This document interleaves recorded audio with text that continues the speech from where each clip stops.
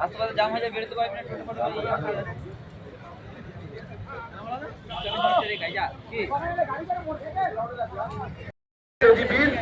সেই সংশোধন সেই বিলকে আমরা কালা কানুন মানছি না, মানবো না।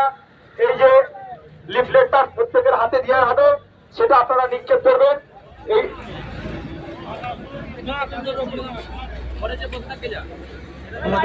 আমাদের মসজিদের যে সম্মানী ইমাম সাহেব উপস্থিত হয়েছেন, যারা আমাদের ইমাম সাহেব রয়েছেন ওনাদেরকে বসার জন্য একটু ব্যবস্থা করে দেওয়ার জন্য অনুরোধ করবো। কিছুক্ষণের মধ্যেই আমাদের সম্মানীয় পীরজাদা মেহরাবউদ্দিন সিদ্দিকী সাহেব আসবেন।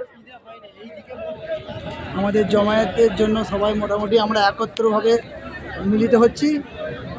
আপনারা দেখছেন প্রশাসন মোটামুটি এখানে সবাই একসাথে আমাদের এই প্রোগ্রাম হিন্দু মুসলমান সবাইকে সঙ্গে করে নিয়ে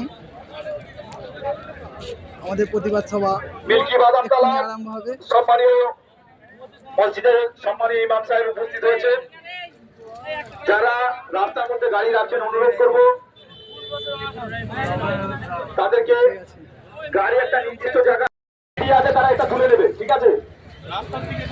রোডের দিকে মুখ করে আপনারা যে আমরা প্রতিবাদ গণতান্ত্রিক পদ্ধতিতে শান্তিপূর্ণভাবে আমরা যে প্রতিবাদ জানাচ্ছি সেই প্রতিবাদের যে সাইনবোর্ড গুলো আছে আপনারা একটু সবাই এক কাছে নয়, একটু যা দেখতে পায় ছড়িয়ে ছিটিয়ে একটু রাখ, যারা যে ক্যান্সার গুলো আছে সেগুলো বুঝতে পারে মানুষ যে কালা কানুন মানছি না, মানবো না, ঠিক আছে? মসজিদ মাদ্রাসা ছাড়বো না, ময়দান ছাড়বো না,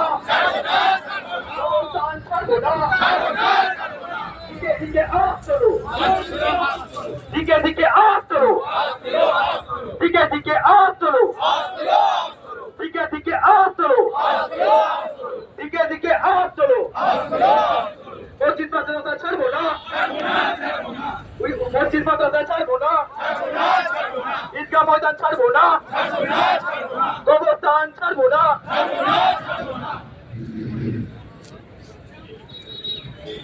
মিল্কি বাদামতলায় কেউ যদি প্রতিনিধি থাকেন একটু আমাদের হেডমাস্টার ভাইয়ের সঙ্গে একটু যোগাযোগ করুন, প্রচারে এখানে আসুন।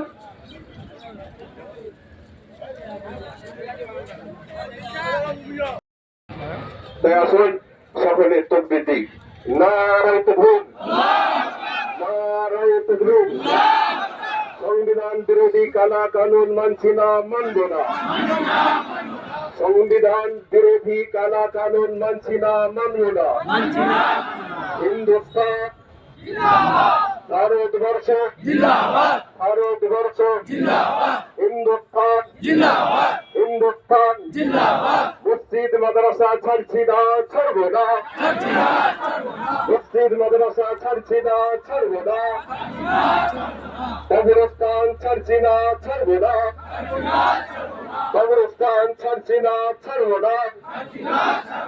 ঈদগাহ ময়দান ছাড়ছি না, ছাড়বো না।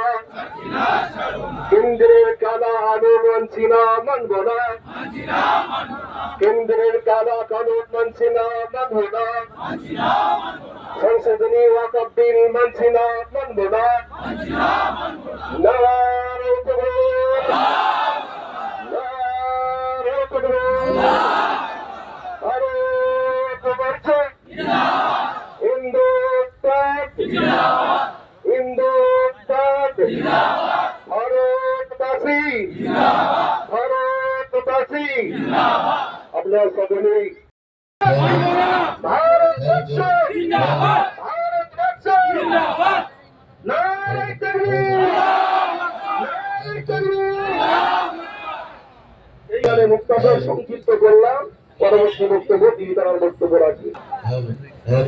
আওয়াজ শেষ হবে বলে মনে হয়, দিন প্রচার হবে বলে মনে হচ্ছে কি? দিনের মতন আওয়াজ দিতে নারায়ে তাকবীর, নারায়ে তাকবীর, নারায়ে নারায়ে তাকবীর। ওয়াকফের এই নতুন যে আইন আমরা মানছি না, মানব না। আইনি কালা কানুন মানছি না, মানব না। আমরা সবাই কম বেশি জানি ওয়াকফ সম্পর্কে, আমাদের সবাই জানা আছে ওয়াকফ সম্পত্তিটা কি। ওয়াকফ সম্পত্তিটা এমন একটা জিনিস,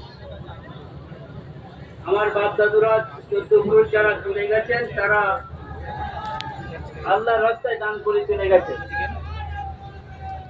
অতএব এই দান করা সম্পদের উপরে কোন ব্যক্তির অধিকার থাকতে পারে কি? কোন দান করা সম্পদের উপরে, আল্লাহর রাস্তায় দান করেছেন এমন সম্পদের উপরে কারো দাবি থাকতে পারে কি?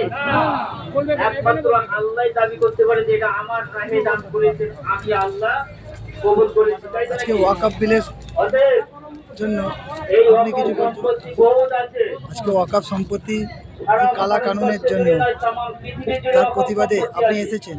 কিন্তু আমাদের রাজ্য পশ্চিমবাংলা, আমরা এই মুহূর্তে উপস্থিত হয়েছি মোল্লাবাদ জোড়হাটের মাঝে। আমরা এখান থেকে পথসভা করে পান্ডানপুরি যাব।